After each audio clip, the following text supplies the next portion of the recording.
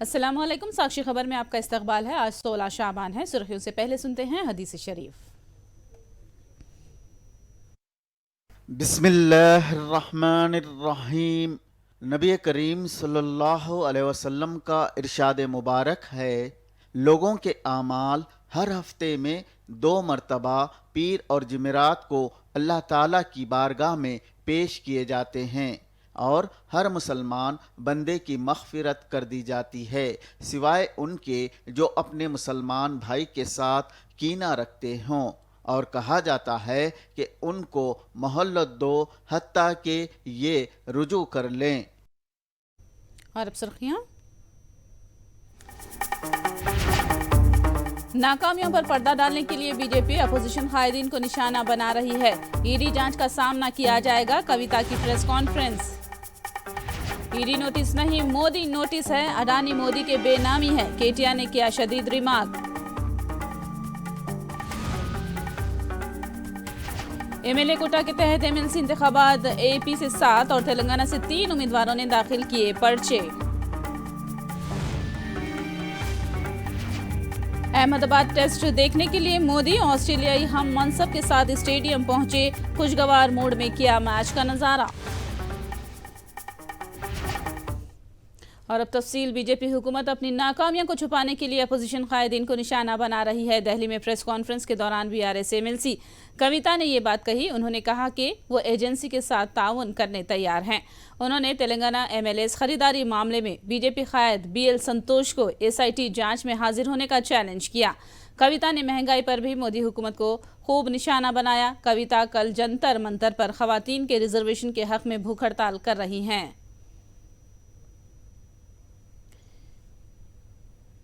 आपके फेल्यूर्स को छुपाने के लिए आप जिन जिन राज्यों में इलेक्शन चल रहा है उन राज्यों में आप जाके सारे केसेस डाल रहे हो और हम ज़रूर इनको फेस करेंगे।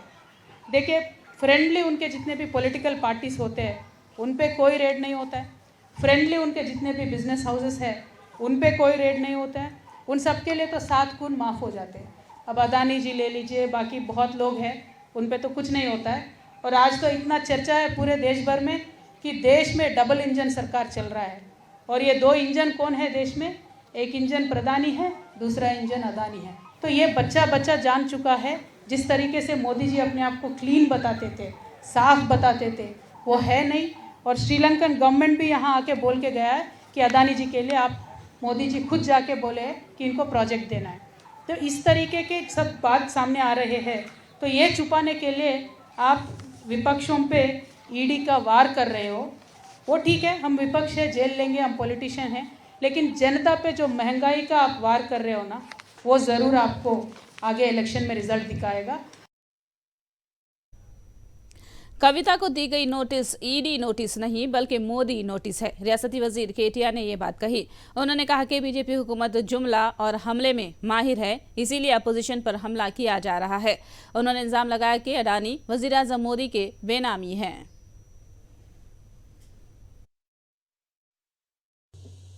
అయితే జుమ్లా చేసి ప్రజల్ని మోసం చేయడం, గారడీ చేయడం, డ్రామా చేయడం, లేదా హమ్లా చేసి మొత్తానికి ఏదో రకమైన దాడి చేసి ఏదో భయోత్పాతమైన వాతావరణాన్ని సృష్టించి ఏదో రకంగా డ్రామా చేసి దేశమంతా అవినీతి పరులు, మేం మాత్రం సత్యహరిశ్చంద్రుని కజిన్ బ్రదర్స్ బామ్మర్దులం అన్నట్టు పోజులు కొట్టి డ్రామా చేసి బయటపడదామనే ఒక చిల్లర ప్రయత్నం తప్ప ఇంకోటి కానే కాదు. నీతి లేని పాలనకు, నిజాయితీ లేని దర్యాప్తు సంస్థలకు ఈరోజు పర్యాయ పదంగా మారింది ఎన్డీఏ ప్రభుత్వం, ఢిల్లీలోని కేంద్ర ప్రభుత్వం.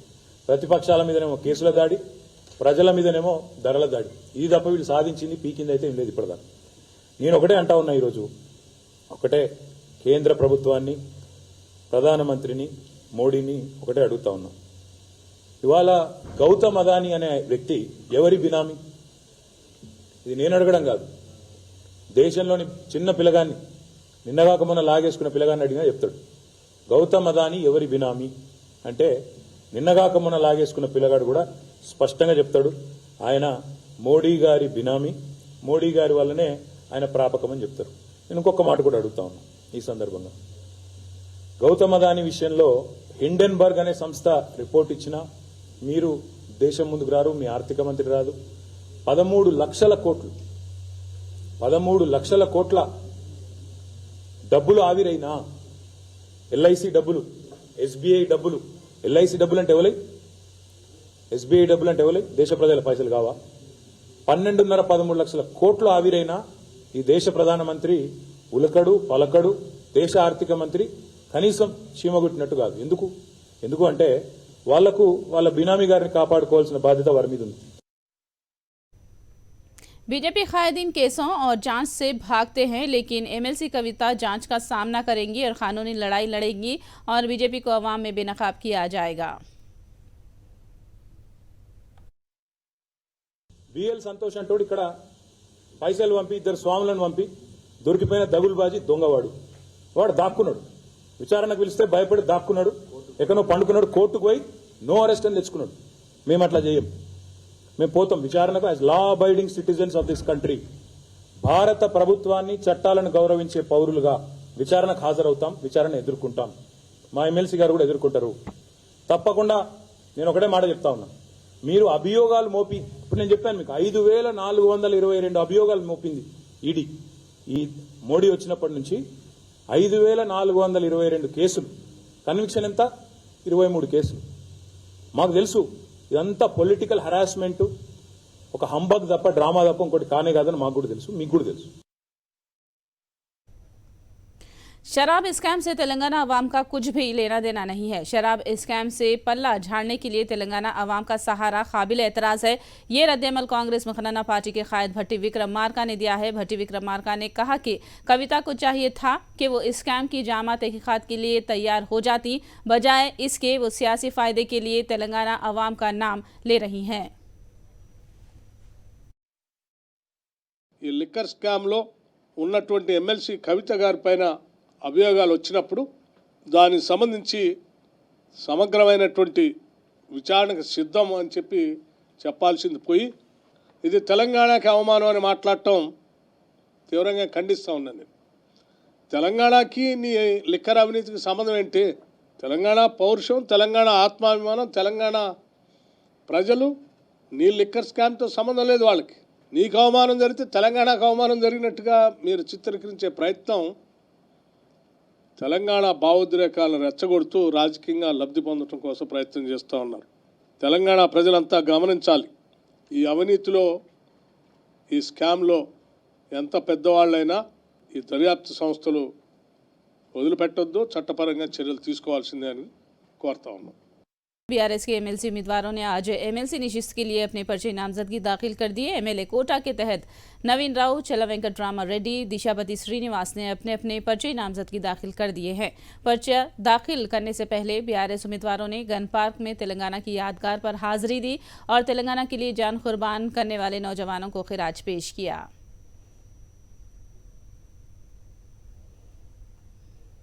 बीआरएस के एमएलसी उम्मीदवारों ने बीआरएस के सदर और वजीर आला केसीआर से मुलाकात की और उनकी नामजदगी पर शुक्रिया अदा किया और वजीर आला केसीआर ने बीआरएस उम्मीदवारों को मुबारकबाद पेश की।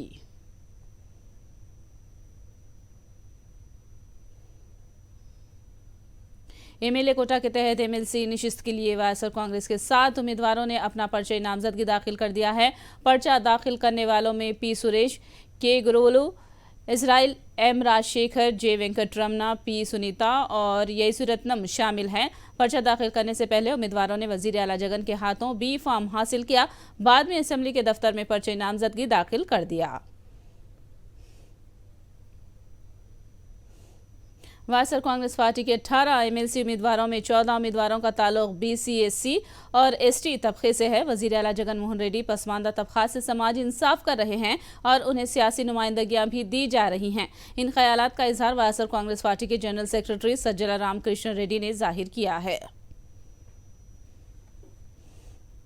జగన్మోహన్ రెడ్డి గారు ఏదైతే సోషల్ ఇంజనీరింగ్ మొదలు పెట్టారో, సామాజిక న్యాయం పూర్తి స్థాయిలో మేము అధికారంలోకి వైఎస్ఆర్ కాంగ్రెస్ పార్టీ వచ్చినప్పటి నుంచి మనసా వాచా కర్మణ పూర్తి అమలు చేస్తామని డిక్లేర్ చేశారో, దానికి ముందు ఎన్నికలకు ముందు 19 ఎన్నికలకు ముందు దాన్ని పూర్తిగా పాటిస్తూ రావడంలో భాగంగా ఈ 18 స్థానాల్లో 14 స్థానాలు బీసీ, ఎస్సీ, ఎస్టీలకు ఇవ్వగా అందులో 11 స్థానాలు బీసీలకు, కేటాయించడం అనేది ఓ చరిత్రాత్మకమైన అంశంగా గతంలో ప్రకటించాము. రాష్ట్రం గమనించింది, దేశం అంతా కూడా గమనించింది. ఈ 18 మందిలో 14 మంది బీసీ, ఎస్సీ, ఎస్టీలు ఉండగా ఇప్పటికే మైనారిటీలు 4 ఉన్నారు శాసనమండలిలో వైఎస్ఆర్ కాంగ్రెస్ పార్టీ తరఫున. ఇది కూడా రికార్డు. ఈ ఎన్నికలన్నీ ఈ ప్రాసెస్ పూర్తి అయ్యాక శాసనమండలి 58 స్థానాల్లో 10 సీట్లు గ్రాడ్యుయేట్లు, టీచర్ల నుంచి ఎన్నిక కావాల్సినవి పక్కన పెడితే మిగిలిన 48లో తెలుగుదేశం పార్టీ 19 వరకు అధికారంలో ఉన్న తెలుగుదేశం పార్టీ స్థానాలు 4కు పడిపోతే మిగిలిన 44 వైఎస్ఆర్ కాంగ్రెస్ పార్టీ స్థానాల్లో 30 మంది బీసీ, ఎస్సీ, ఎస్టీ, మైనారిటీ సభ్యులు ఉండబోతున్నారు. ఇది కూడా ప్రపంచం, దేశమంతా గమనించాల్సిన రాష్ట్రంలో జరుగుతున్న ఒక చరిత్రాత్మక పరిణామంగా అందరూ గమనించాలి.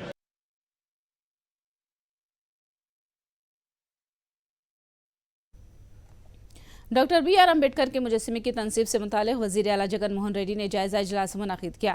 विजयवाड़ा में कायम किए जा रहे 125 फीट बुलंद डॉक्टर अम्बेडकर के मुजस्समे की तामीरी कामों की पेशरफ से उन्होंने वक्फियत हासिल की। इस इजलास में वुज़रा बोसा, सुरेश सत्यनारायणा और एम नागार्जुना ने शिरकत की। खुसूसी तौर पर तश्कील करदा कमेटी को जगन ने हिदायत दी है कि मियार से कोई समझौता न किया जाए और कामों की निगरानी रखी जाए। विजयनगरम में ग्रेजुएट जुमरे के तहत होने वाले एमएलसी इलेक्शन के लिए वायएसआर कांग्रेस पार्टी ने उम्मीदवार सी प्रभाकर राव की तायद की है। प्रभाकर राव की तायद में डिप्टी स्पीकर कानून साज असेंबली आंध्र प्रदेश वीरभद्र स्वामी ने मुहिम चलाई और उन्हें कामयाब बनाने की अपील की।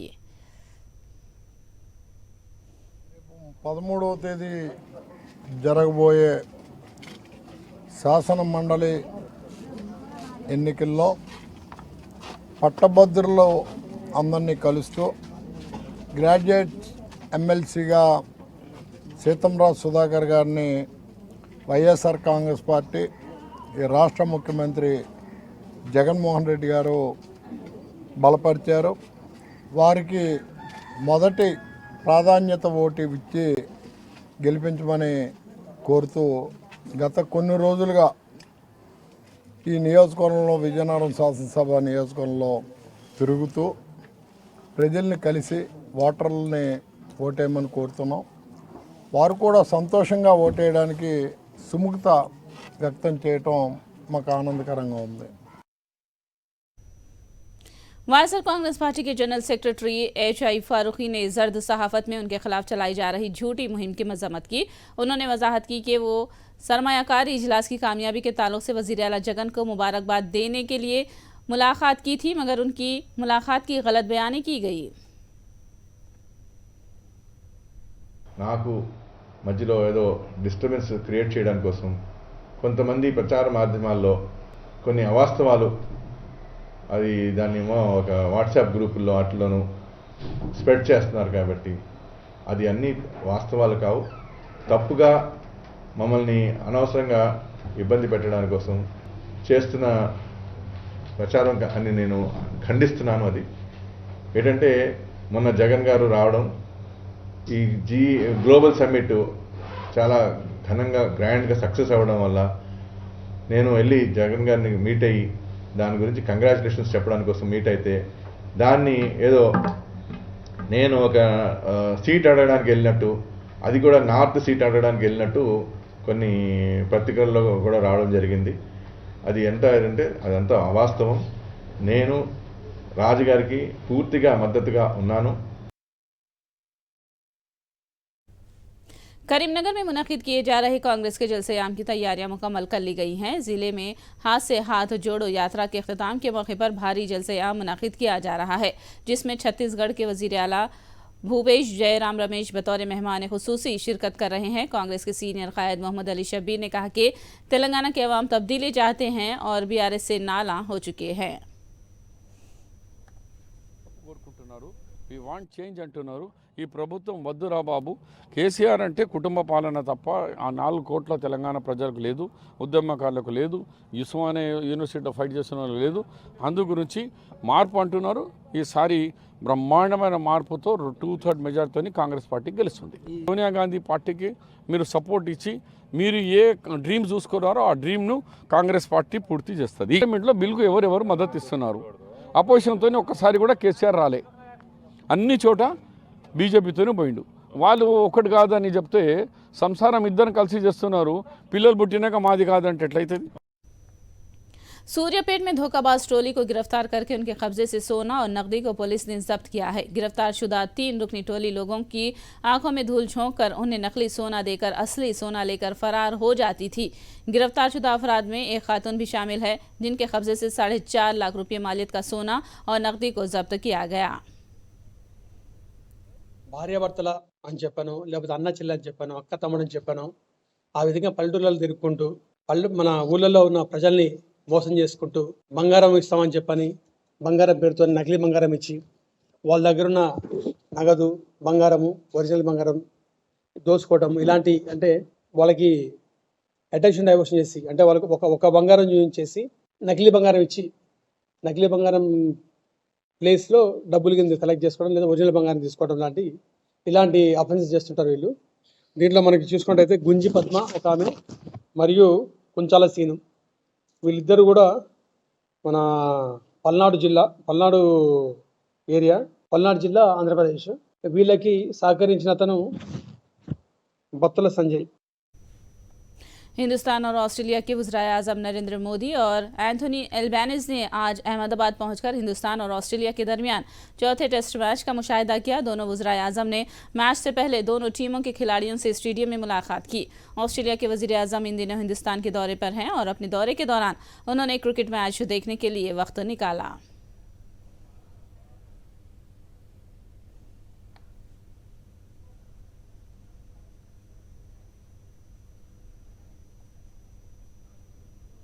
अहमदाबाद में जारी हिंदुस्तान और ऑस्ट्रेलिया के चौथे टेस्ट की अहमियत इस वजह से भी बढ़ गई क्योंकि ये मैच देखने के लिए हिंदुस्तान और ऑस्ट्रेलिया के वज़ीर आज़म स्टेडियम पहुंचे। दोनों वज़ीर आज़म की आमद पर मुकामी लोगों में काफ़ी जोश व खरोश देखा गया। टेस्ट मैच देखने के लिए अवाम का हुजूम उमड़ कर आया। मुकामी लोगों ने हिंदुस्तानी टीम की हौसला अफजाई की। करने आया हूँ स्टीव स्मिथ और मानस लाबुसेन जैसे बड़े बड़े दिग्गजों को मैं सपोर्ट करने आया हूँ। इंडियन टीम का भी मैं फ़ैन हूँ, लेकिन एज अ क्रिकेट फ़ैन हम यहाँ पर सपोर्ट करने आए हैं, हमारे प्लेयर को प्रोत्साहन करने आए हैं। ऊपर से वो हमारे लिए सबसे बड़ी बात है।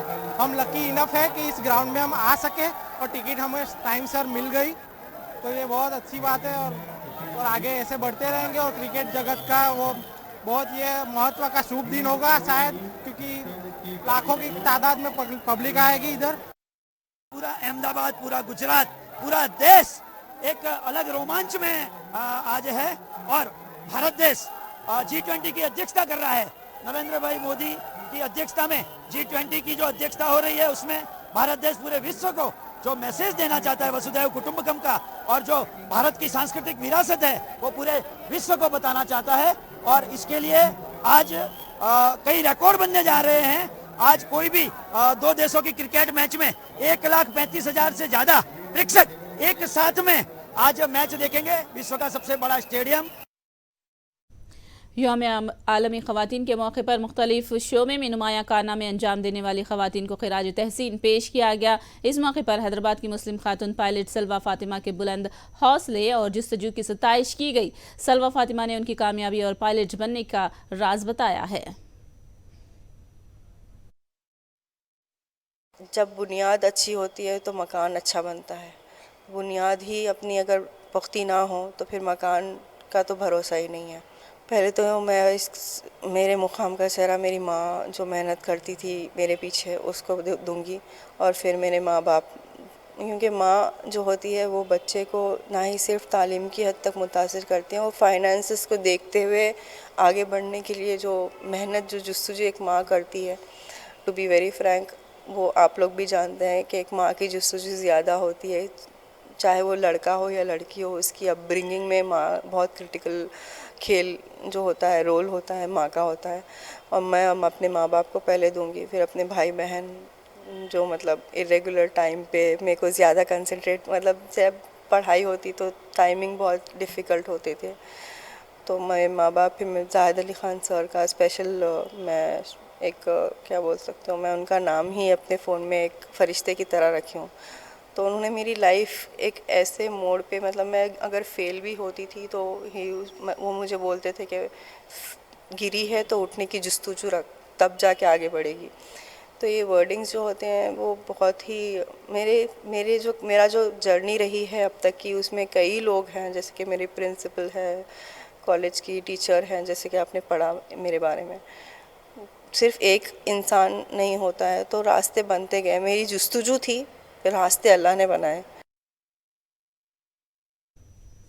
सीआरपीएफ की 75 खवातीन डे डेविल्स ने 1848 बाइक रैली दिल्ली के इंडिया गेट से नक्सलियों के गलबे वाले छत्तीसगढ़ तक निकाली है। इस मौके पर मरकजी वजीर मीनाक्षी लेखी ने झंडी दिखाई और खातून सीआरपीएफ जवानों की बहादुरी की सताइश की। यह खातून सीआरपीएफ जवानों की बाइक रैली 25 मार्च को इख्तिताम को पहुंचेगी।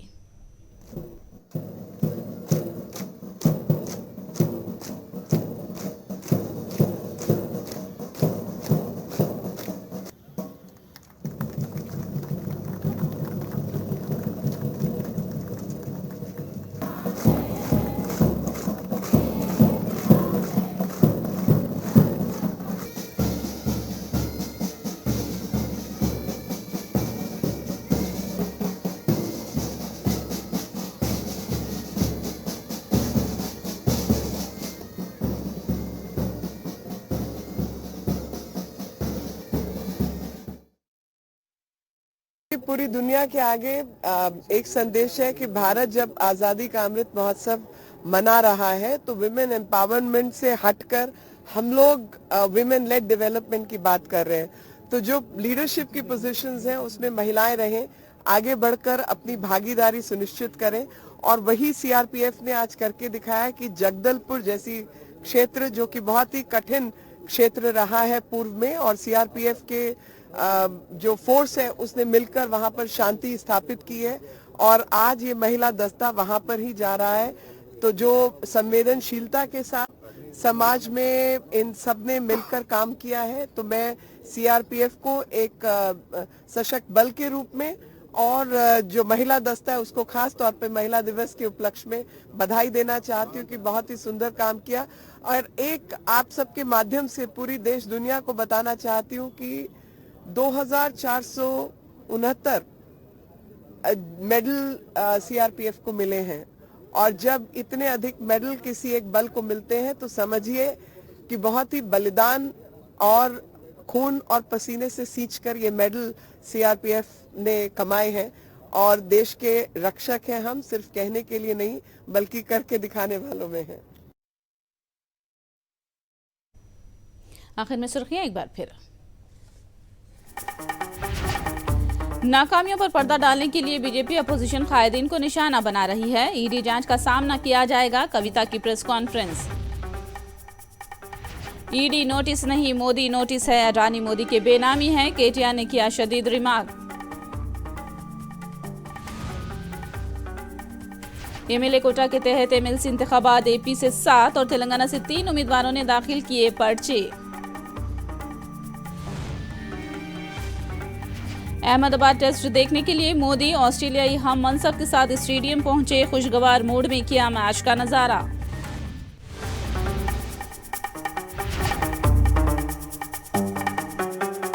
साक्षी खबर में फिलहाल इतना ही। साक्षी टीवी पर खबरों का सिलसिला जारी रहेगा।